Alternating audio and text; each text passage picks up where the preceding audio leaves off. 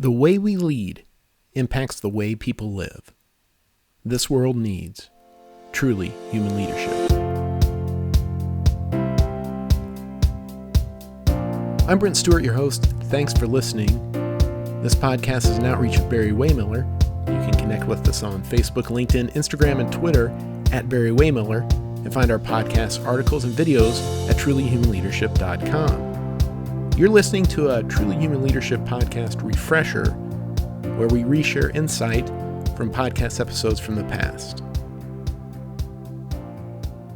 Over the last few episodes, our CEO, Bob Chapman, has been answering questions sent in by our social media audience. We've done 2 installments of this so far, and now we're going to finish this up with a third. We've got several questions Bob is yet to answer. And so Mary Rudder and I will feed Bob these questions, and he starts out with a little reflection on what the holiday season means to him. You might be surprised by his answer. Here's Bob. I, for probably most of my life, have never been much of a holiday person because I don't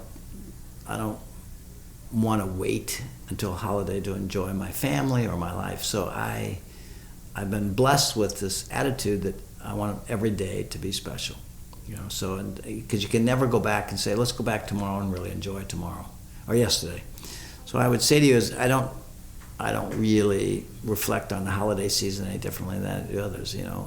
I just feel every day is an opportunity to live life fully and enjoy it and contribute to it and hopefully leave lives better than you found them. So I think it's nice to be with family, but I don't wait for holidays to be with my family. I work, on quality time all year long, every day. So you would say the season of giving or season of caring should be all year long, not just one time a year. Yeah, I mean, you just massively understated what I think. I think that's the world. We wait for holidays to have gatherings, and I don't think any of us know our time. Okay, and I think we need to capture every opportunity of every day. That's why I like to get up early in the morning. I just can't imagine missing the opportunity to enjoy every day fully. So holidays, birthdays are just not meaningful to me. What's meaningful is quality time with good people, and I think that's what I treasure. So we have a few questions that we haven't asked. This is our last round of questions. I think we got about 7 this time to finish up, and we'll start off with one from Annie. And she says that in Everybody Matters, you wrote about the journey that led to the development of the guiding principles of leadership at Barry-Wehmiller. You said you and your team haven't wanted to change a word of the original GPL document over the year. My question is, how do you get buy-in from entry-level employees to believe that they are leaders within your organization and their leadership development begins when they walk in the door? Well, I think your question stimulates kind of reflection on what Bill Urey said to me, that Barry-Wehmiller was like a bus that goes around a circuit, and it pulls up to you and it opens the door and says, would you like to join us in this journey to truly human leadership? And you have the chance to say, I'm just not ready to get on the bus yet, but I know you'll be back, so look forward to that. So what we don't really focus on indoctrinating people. What we do is like to invite people into this experience, and hopefully they experience it. And because I believe people are born with a fundamental capacity to care for others. But we go through life not feeling valued, and we just dampen that or take that away from people. And so that was one of the beauties of this journey we've been on, is that we found that when we begin wanting to send somebody home feeling fulfilled, and therefore to care for them, what we found is that they began caring for others naturally. So we made caring contagious.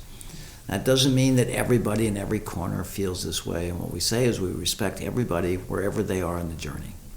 And whenever the bus pulls up, the Truly Human Leadership bus pulls up and invites them to join us, they have every right to say, I'm just not ready yet. My journey to where I am today has not led me to that I'm ready to step on. And we always say we respect that. We have what we call courageous patience, so that people can embrace this in any way they feel capable of doing it, and hopefully begin to live it. All I know is that when people come into our operations, and Raj flew around the world with me and saw it around the world, but Simon and Bill Urey and others saw it in Phillips, it was from talking to people. It wasn't my statements, this is the way it was. It was what people said. And I was very touched when Amy Cuddy said, in walking through your plants in Wisconsin, I never cried so much and hugged so many people in my life. People wanted to stop me and tell me how it felt to be cared for. So I really, I don't think we try to indoctrinate people. We try to invite people when they're ready to join us in this journey. And I think what Annie is asking about when she's talking about buy-in, I think what we try to show people is that if they entry-level team members that we say can lead, once they actually are informal leaders, lead a project or lead in a meeting, they see the results. They see that they are capable of having influence on people that are in their span of care. So I think that's part of what we try to do is we don't get buy-in, they just actually start to do it and they see the results. Yeah, I think it almost becomes, it becomes normal behavior, in other words. And I think, I ask people who are recent, when I have a listening session with people who have recently joined us, I say, you had an impression before you joined us. How's it been? And they said, well, when I looked at your website and I read about True Human Leadership, I said, that's the place. If it's really true, that's the place I want to work. And I said, well, how's it been? And they say, better than I thought. So I would say to you, it's a journey like continuous improvement. You will never treat everybody in every organization the way they need and deserve to be treated with care and respect. It's a journey where none of us are perfect, and we're imperfect in our ability to meet other people's needs. But we are on the journey. We're trying to focus on it. It's a journey. We hope to get better every year. We're trying to teach our leaders to care, to create caring environments. We're trying to teach our team members how to listen to each other with respect and dignity. But it's a journey. And we can make 5 steps forward, and we can promote somebody, hire somebody who ends up not living our values, and we can take 4 steps back. But we are very much committed to the journey. We're not perfect. We will never be perfect. We will never meet everybody's needs. We will not be the perfect fit for everybody. But I think having listened to a lot of people that have joined us, I was particularly touched by some young people that joined us who said, I was worried being a young person joining your company to make mistakes. But what I found is when people said to me, that's okay, that's how you learn. And I felt comfortable in kind of doing some things that I would have otherwise been uncomfortable because I'd make a mistake. But people said, that's okay, we'll help you. And I didn't coach people to say that. I didn't say, if these young people, we need to help them. But when people feel cared for, their natural caring instincts show and they begin. And when they feel safe, in other words, it's not that this young person is going to replace me. This young person is somebody's son or daughter that's joined us. I want to help them along this journey. So what you see is this natural tendency to care. And again, it's not the indoctrination. And again, when you're the combination of 110 acquisitions around the world, how can you possibly do this? Like a family with adopted kids with different backgrounds. And it's hard. But that's what we owe the people who put their faith in us. Because we know for a fact that the way we treat people here in our care affects the way they go home and treat their spouse and their kids and behave in our communities. So it's a profound responsibility that we take seriously. I think you pretty much answered this next question, but there may be some things that you want to add to it. And Rodney is a senior leader in his organization, and he's frustrated because the other senior leadership is stuck in old business thought processes and practices. He's saying that in the culture change that they're trying to make in their organization, the supply chain is really getting it. They love hearing about Simon Sinek's messages. They want to impact people, even though it's been a challenge. And people are having a hard time understanding why people are resisting changing to a different, better culture. So do you have any other things that you could share about that? Because you answered a lot of that just now.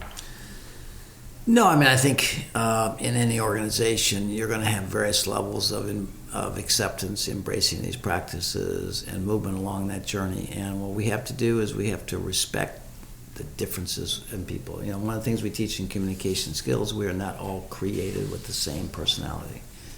We found out that there's various types of, one of the things, core foundational practices we teach is listening skills. And in listening skills, you understand that you need to flex to the different personalities of the people you can't treat everybody the same because we're uniquely different. Cindy and I had 6 kids and 6 uniquely different personalities, and you can't just, one size does not fit all in your family, one size does not fit all in your company.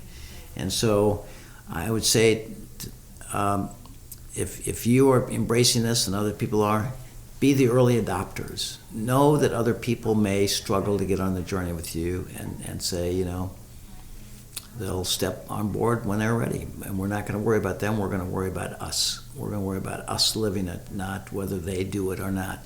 So don't focus on what's not right. Focus on what is right. There's an expression, shine a spotlight in your organization, look for the goodness and hold it up. Don't focus on what doesn't work, focus on what does. And don't let others who are not yet ready to be on that journey drag you down. Be encouraged by the people that are on it. Okay, Bob, here's another question from Nico.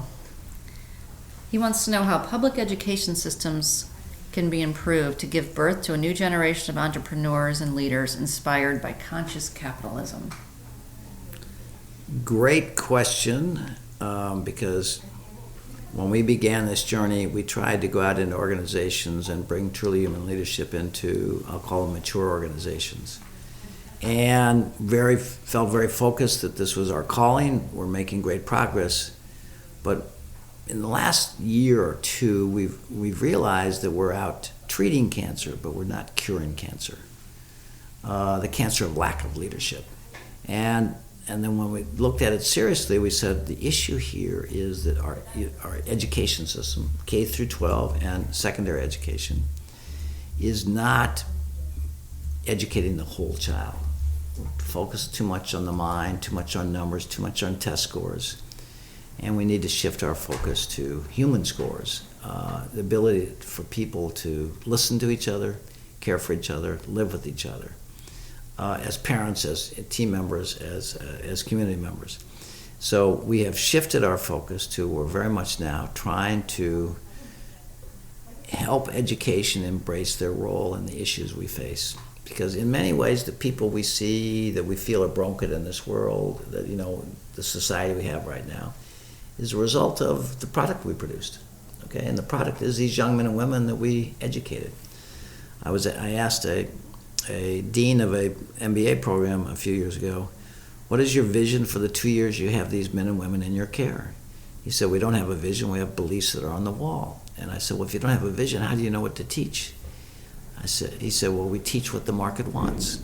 And I said, Dean, if you ever ask me to be on your board, which I'm confident you will not after this conversation, I would shut this university down until we know what are we trying to impart upon these young men and women so when they leave our care, they're ready to go out in the world and be leaders. And then what kind of courses do we need to offer or require them to take so when we hand that diploma to them, we are confident we have prepared somebody to go out and live fully in this world in service of others so we can have a world where everybody matters. So education is the cure. We're trying to simply fix what has been broken by the lack. And remember, the Industrial Revolution was never about human dignity, it was about economic value.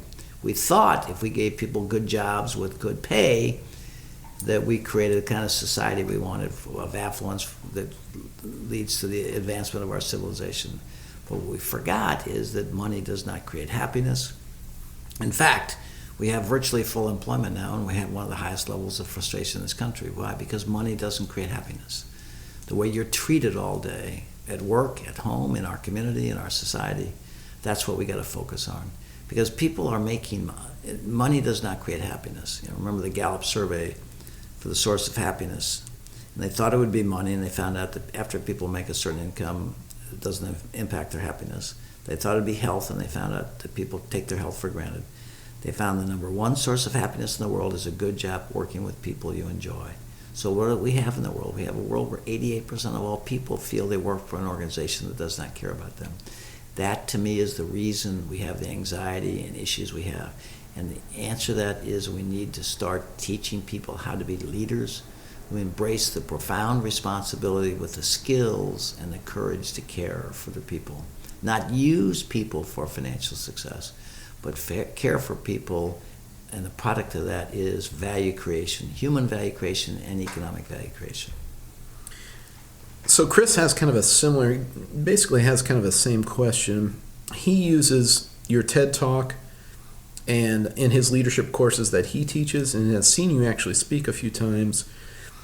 And he's asking if we know if there's any movement toward teaching these sorts of things in grade schools or teaching this to young parents. And I think probably the answer to that could be the work that Our Community Listens is doing, because they're starting to impact people in organizations like that. Yes, we started a nonprofit, or what I call a for good organization, about 10 years ago to bring what we had learned in our business to communities, where we taught people communication skills, which is empathetic listening, which is caring.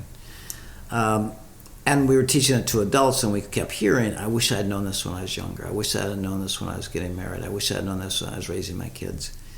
And so we paused in this initiative about 18 months ago and said, we need to reimagine, what our nonprofit's vision is.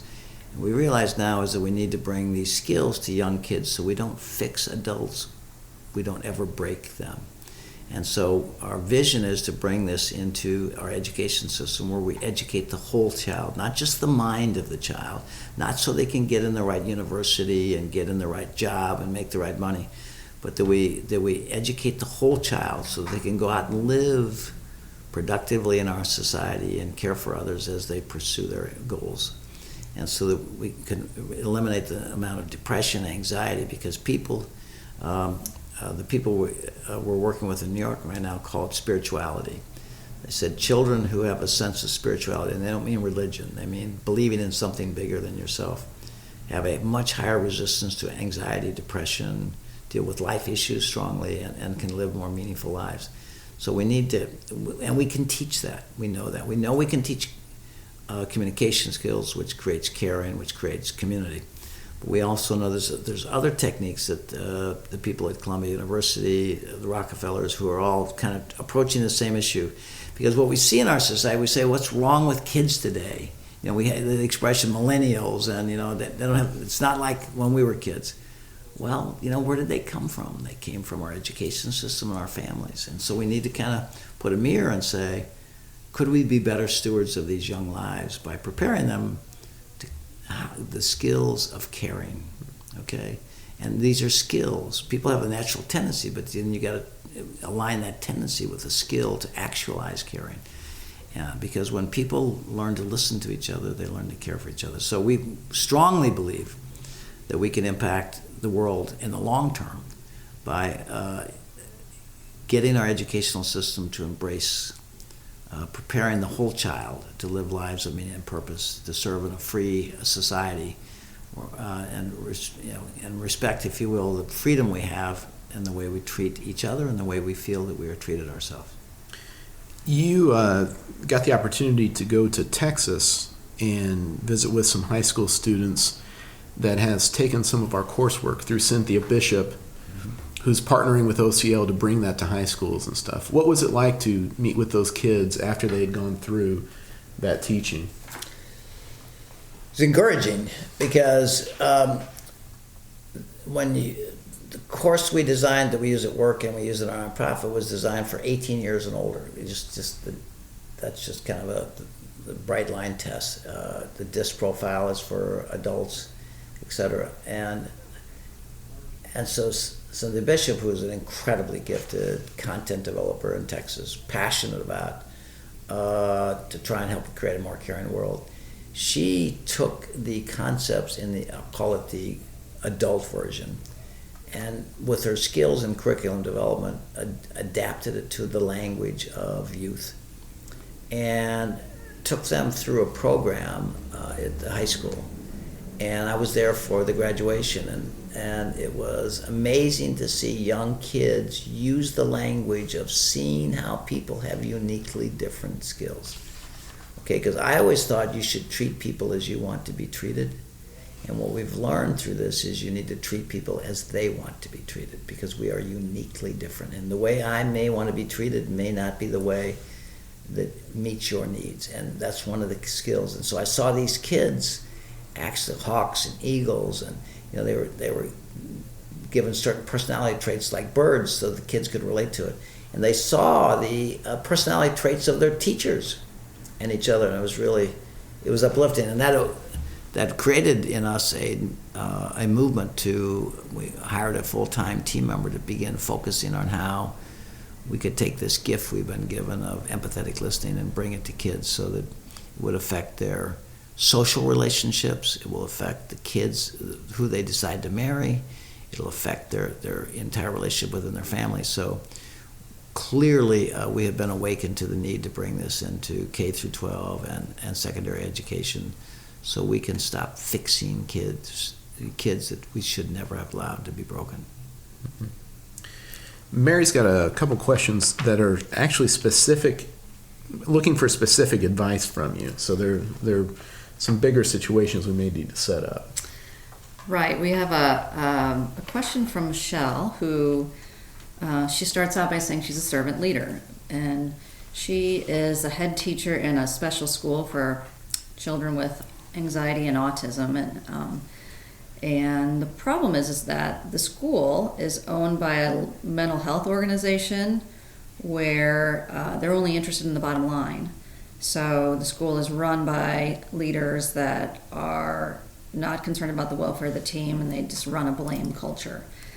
And her question is, how do you combat that? What can you do when you've started to create this environment of compassion and caring and concern, and from the top, though, they are in a blame situation, and she's trying to figure out what to do within this now toxic organization. Any advice for someone like that? Yeah, I hear that all the time, and I would say to you, I gave a presentation to a major corporation, and it was a group of operational executives from around the world for a $20 billion portion of a much larger company. And after my talk, a gentleman said to me, "What do I do if corporate doesn't support this? In other words, I love the message, but what do I do?" And I said, I think I watched The Wizard of Oz maybe once in my life, but for some reason the Wizard of Oz movie popped in my mind. It said, "You remind me of Dorothy or the Scarecrow or the Lion, trying to find something they didn't think they had. In this case, support." And I said, "What do you need that you don't have?" Because I said, all you need to do is care about your people. You can't really do anything about the fact that the current leaders, are blame instead of care. Because that is where most 88% of people in this country, not just in your school district, but in many companies, that is the issue creating anxiety and depression in this country. So you have really two options. You can just understand that they've never been trained to care, that they feel that their job is to make the numbers, to establish the funding, and you're just going to forgive them for they have not been trained in leadership, they've been trained in management. Or you can say, I'm going to find an organization where I can. Now the problem is finding an alternative, because whether you're in this special needs school or you're within a large company, we are not training people to be leaders. So working a place where people genuinely care for you is hard to find. They may say the right things on their website, they may interview the right things, but if we're not training people to care on universities, you'll just get lucky to find somebody who's got some natural caring instincts. So I would say, where you find yourself is in a place many people found themselves stuck in a job. I'm going to remind you of a statistic we heard that's overwhelming, that validates this.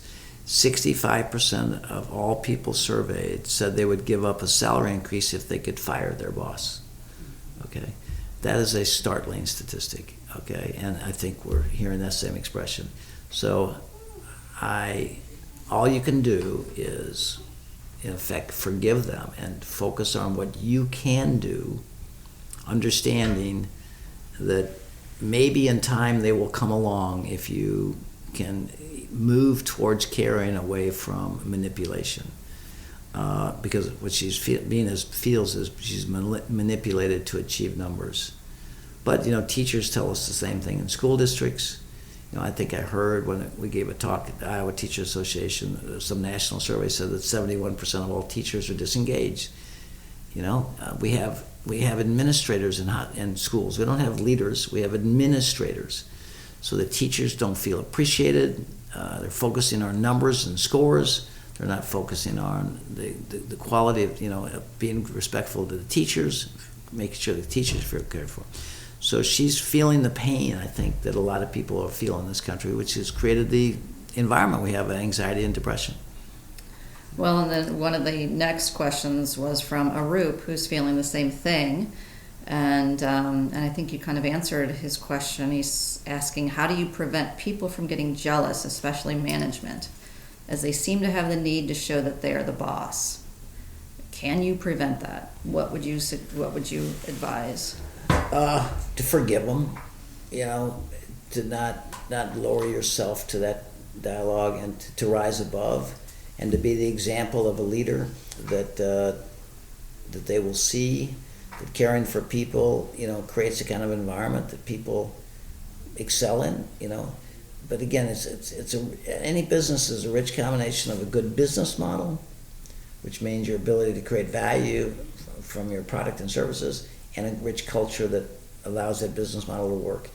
But it's both. It takes both. And sometimes people are under tremendous competitive pressure because the business model is under tremendous pressure. And the only thing they know how to do is brings out, in my opinion, the worst in people. And so I think, again, even one of our largest clients of our Leadership Institute said to me, how should I handle my board of directors? And this gentleman was an amazing, fine gentleman. I said, very carefully, because they're not going to understand. You can't all of a sudden say, I'm going to become a truly human leader. You need to think about how you can bring this about thoughtfully so that you will awaken them to the power of caring. And you may never awaken them, but you may learn yourself. All you can do is everything you can do for the care for the people you have the privilege of leading. You can't affect your leader other than through them all of a sudden seeing the quality of the people, the engagement of the people, the tenure of the people, and hopefully you can be a shining light on a hill of a lot of broken homes. So our final question, and it's a really personal question, and he actually asked for us to not mention his name because he works for a company here in St. Louis, and he works in HR. It's a company owned by an equity investor. And he's stuck with the company because he found instances where he could make a difference. But he's really torn right now. And basically what his question is it better to stay where he is and make more of a difference within a non-people-centric system while trying to make small improvements as you can and try to create a more positive climate? Or, his being torn is that he'd rather go to a company that has a better culture where he feels more comfortable. And he also is worried that he's not going to be able to break the bad habits that he has had being in an organization that's not people-centric. So I think I love the question because I think it's on a lot of people's mind. Because again, if the statistics are right, 88% of all people feel exactly the way he does. So sometimes I would say to you, the devil you know is better than the devil you don't know. Mm-hmm. You can say, I want to go to a company where people care, and you'd say, good luck, because 88% of all companies, and I've been told by people that's a very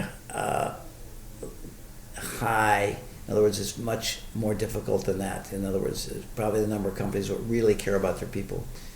Because remember, it strikes me, I was interviewed by Washington University organizational development professors, and after a 2-hour interview, they said to me, "You're the first CEO I've ever talked to talk about your product." And I said, "We've been talking about our product for the last 2 hours. It's our people."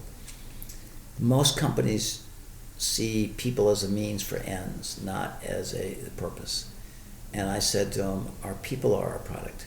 We need some economic model to give people a chance to express their gifts, but I'll never feel passionate about the machines we built. I'll feel passionate about the people who built the machines.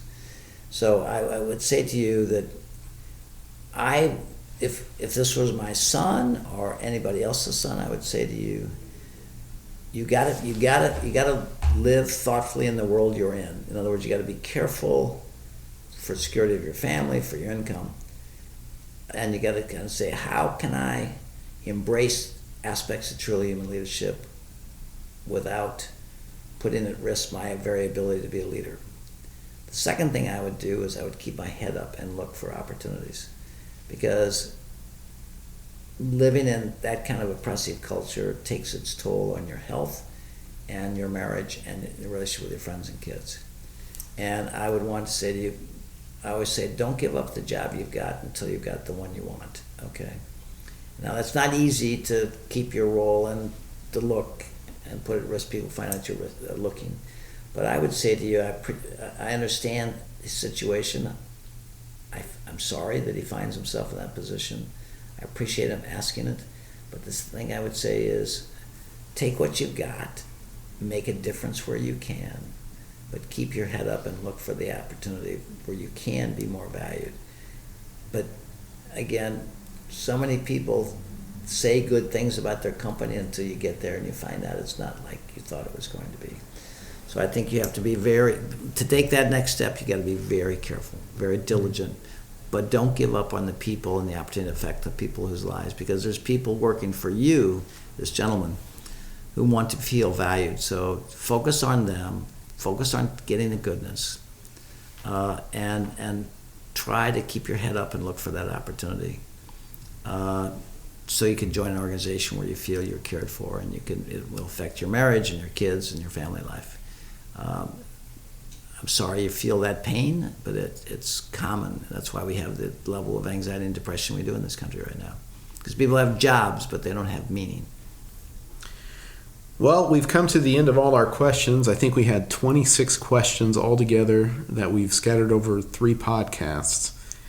Is there anything you want to say in closing to all the folks that send in questions to us and have been listening and reading our content and sharing it? Well, I'd say to you that the good news is that in our opportunity to share this message, I think Mary told me that we gave 20 talks around the country in military, government, healthcare, education. People are listening. People want it. They just don't know how to go from management to leadership. I'll remind your listeners that the word management means, in my terms, the manipulation of others for your success. And leadership is the stewardship of the people whose lives you're entrusted with.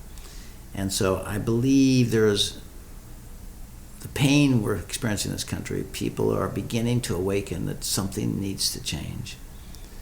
Ever since the Industrial Revolution, it was about creating economic value, and we assumed economic value created happiness, and we found out that because we have virtually full employment now and a good economy, and people aren't happy. They have money, but they don't have happiness. So what we need is for every one of your listeners to try to embrace truly human leadership in aspects that they can within their organization, and understand that most people aren't bad people. They've just lived in a bad system and educated around numbers and not around human dignity. It's not that they're bad people, it's just a bad system. And the good news is people are listening. I think, Mary, you said that it looks like the pace of speech is even more dramatic this year and more globally. So we'll be sharing this around the world. So I'm incredibly encouraged. I was particularly encouraged by the Ukrainian study of our culture. And we've certainly had feedback from Asia. So this is a global issue. It's not just an American issue. And I want people to be hopeful, because what we need is all your listeners to embrace any aspect of truly human leadership they can and not give up hope and look for the goodness of the people they work with, for, and try and focus on that as we try to move from manipulation to caring.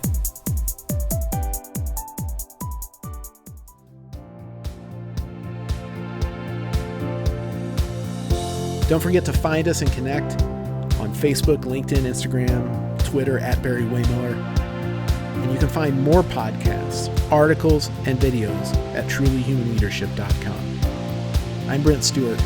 Thanks for listening.